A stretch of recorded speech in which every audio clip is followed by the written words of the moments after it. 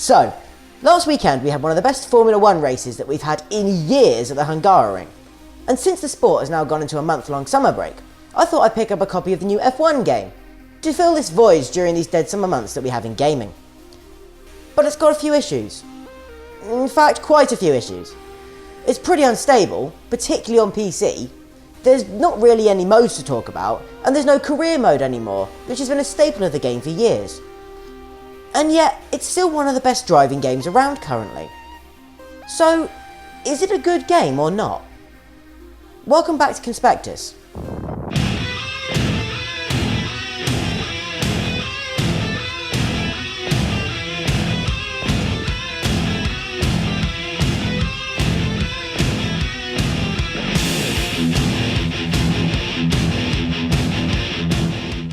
For as long as there have been games, there have been driving games.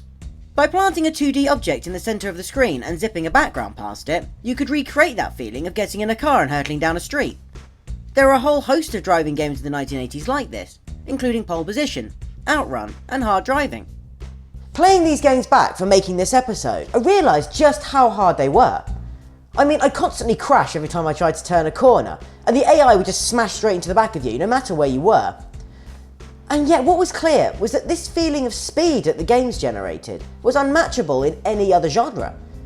I mean, the shooters like Doom and Wolfenstein wouldn't pop up for another few years yet, and it's no surprise that these games proved immensely popular, especially in the arcade, as well as at home.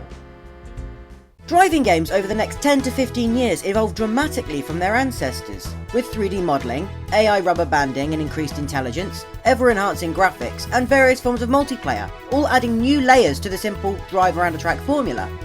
Arguably what we were seeing during this time was the greatest era for driving games. Revolutions seemed to be happening all over the place, as the genre bettered itself at every turn. On the track we had Gran Turismo, Ridge Racer, Need for Speed, and Colin McRae Rally, while F1 fans saw the evolution of the genre with the Jeff Crammond titles. Away from the track we also got the excellent Driver and Crazy Taxi, two of the best games of their generation, and games whose mechanics would inspire the gameplay in the now legendary GTA franchise, and other open world city games that followed. But the reason that I refer to this as the great era of driving games is because, well, after it, people couldn't really think of what to do with the formula. When the last generation of consoles were introduced, the racing games certainly didn't stop. Project Gotham Racing, Forza Motorsport, Burnout, Dirt, Grid Motorsport, Need for Speed, and these games weren't bad. In fact, many of them were excellent driving games. But it was clear the levels of innovation had been tempered, almost as if the industry was running out of ideas. Okay, this wasn't always the case. The fantastic hidden gem Driver San Francisco has a genius, if terribly shoehorned in, shifting mechanic, which added a new dimension to the driving game genre. And Burnout Paradise was a phenomenal demonstration of how to execute a true open-world racing game. But whereas racing games used to be the pinnacle of gaming development, now games like these were the exception, not the norm. So now we're in this current generation of driving games. Or lack thereof. I mean, Xbox One owners have Forza at least to race around with, and Project Cars has just come out for the purists. But for me as a PS4 owner, there's virtually no racing games at all. Oh, and I'm not including Drive Club.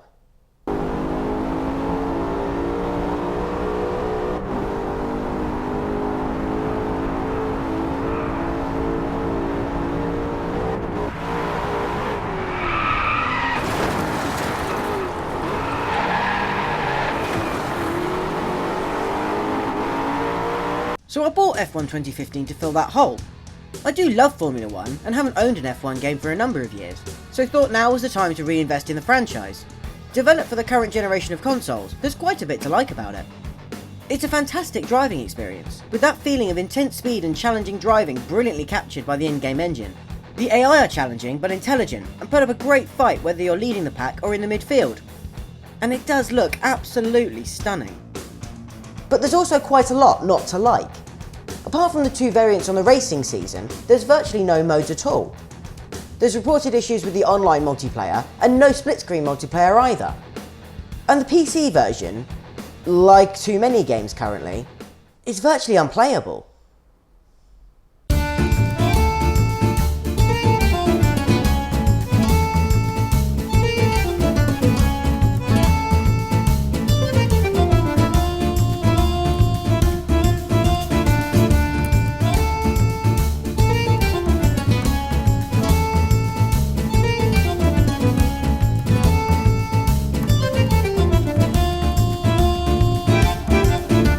But I want to compare this to another driving game for a moment.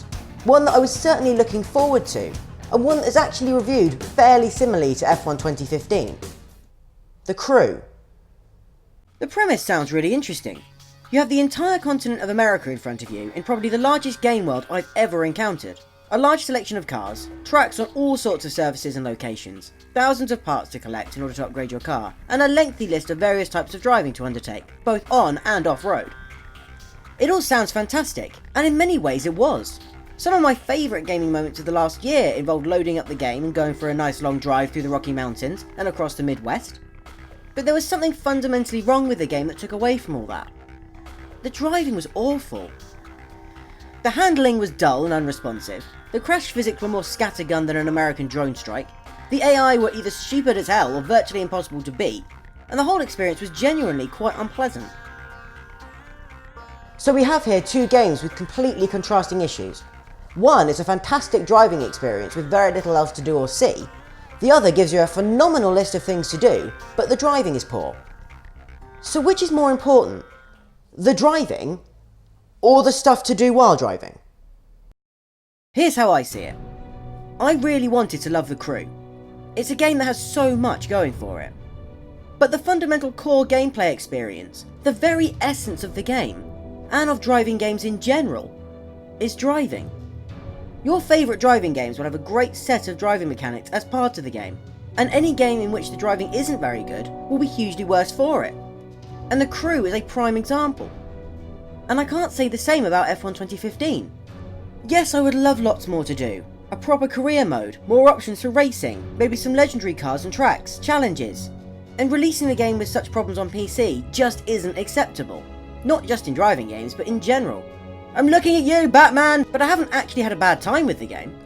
It's a thrilling racing experience, and one you cannot help but enjoy. Not just as an F1 fan, but as a driving game fan in general. I'd like more to do, but at least I haven't had a bad experience. So it's the driving that's the key. Much like in F1 itself, it's the truly great drivers that stand out in the long run. Right, a quick plug before I go. A friend and I have produced a podcast called the Plastic Scousers Review of the Year, in which we take a look back at Liverpool Football Club throughout last season.